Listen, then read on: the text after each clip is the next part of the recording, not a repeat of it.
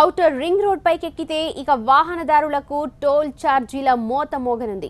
నిత్యం పెరిగిపోతున్న ప్రమాదాలను తగ్గించడంతో పాటు వాహనదారుల స్పీడ్కు కళ్లెం వేసేలా హెచ్ఎండిఏ కొన్ని కఠిన నిర్ణయాలను తీసుకోబోతోంది. ఇప్పటికే 33% నుంచి 50% టోల్ ఛార్జీలు పెంచిన హెచ్ఎండిఏ ఇకపై టోల్ ఛార్జీతో పాటు హై స్పీడ్ నిరోధక వడ్డింపులను కూడా అక్కడికక్కడే వసూలు చేస్తారు.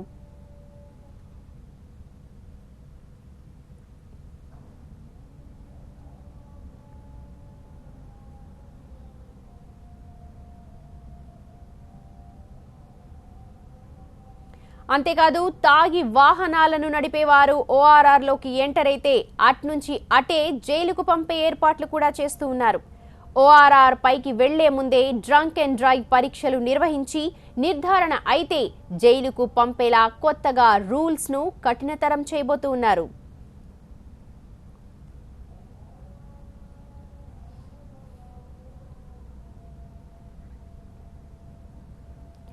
హైదరాబాద్ చుట్టూ 158 కిలోమీటర్ల 8 లేన్లతో ఉన్న భారీ రింగ్ రోడ్పై వాహనాలకు బ్రేకులుండడం లేదు. 100 నుంచి 200 కిలోమీటర్ల వేగంతో వాహనాలను గాల్లో నడుపుతూ ఉన్నారు. దీంతో ఔటర్ రింగ్ రోడ్ నిత్యం రక్తసిక్తమవుతోంది. అందుకే ప్రమాదాలను నివారించడంతో పాటు వారిలో బాధ్యతను పెంచేలా ట్యాక్స్ వడ్డింపులు వేస్తామంటూ ఉన్నారు అధికారులు.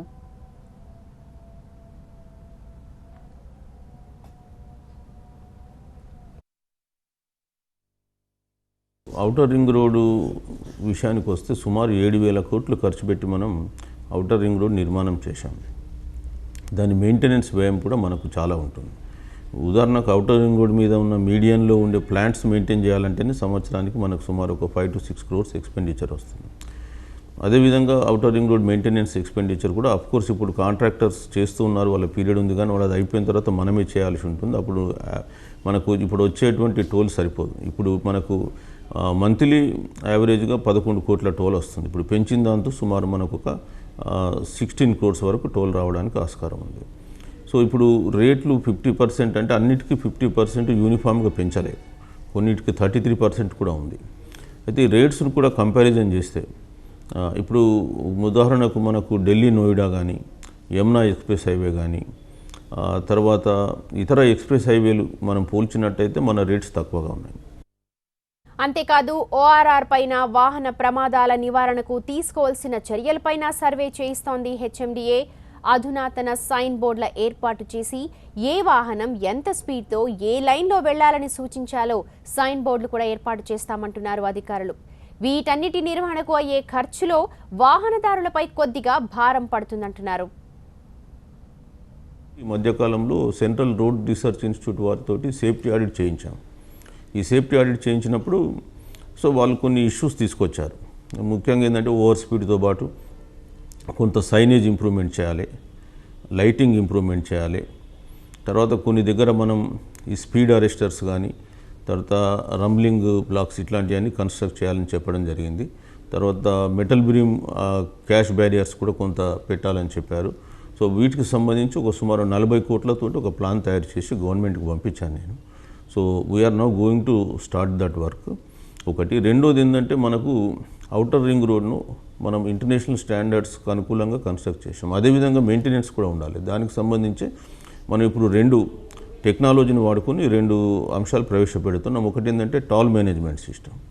ఈ టాల్ మేనేజ్మెంట్ సిస్టంలో మనమంతా టచ్ అండ్ గో, అంటే కొంతమంది ఎలక్ట్రానిక్ కార్డ్స్ ఇచ్చేస్తాం, వాళ్ళు వచ్చేసేస్తే ఆటోమేటిక్గా డిడక్ట్ అయిపోతుంది, కార్లో వాళ్ళు ఆపాల్సిన అవసరం లేదు. సో దట్ కైండ్ ఆఫ్ మనము లేటెస్ట్ టెక్నాలజీ ఇక్కడ అందుబాటులోకి తీసుకొస్తాం. State of the art technology అందుబాటులోకి తెస్తున్నాం.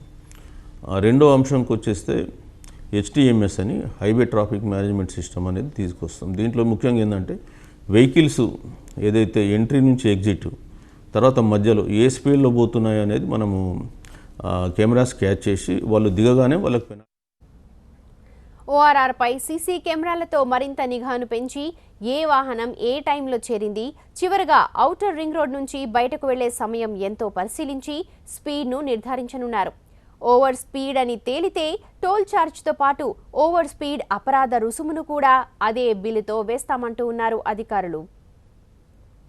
తర్వాత డ్రంక్ అండ్ డ్రైవ్ సంబంధించి కూడా ఈ ఇంటర్చేంజెస్ దగ్గర డ్రంక్ అండ్ డ్రైవ్ సంబంధించినటువంటి మనం బ్రీత్ ఎనలైజర్స్ పెట్టేసి చేయడం కూడా ఇవన్నీ జరుగుతున్నాయి. బహుశా ఇంకో 6 to 8 monthsలో ఇవన్నీ స్టెబిలైజ్ అయితే ఆ విధంగా మనం యాక్సిడెంట్స్ కూడా కంట్రోల్ చేయడానికి వీలేర్పడుతుంది. ఇవన్నీ అది మనం ఇప్పుడు మీడియంలో మొత్తం మనం ఎల్ఈడి లైట్స్కు వెళ్తున్నాం.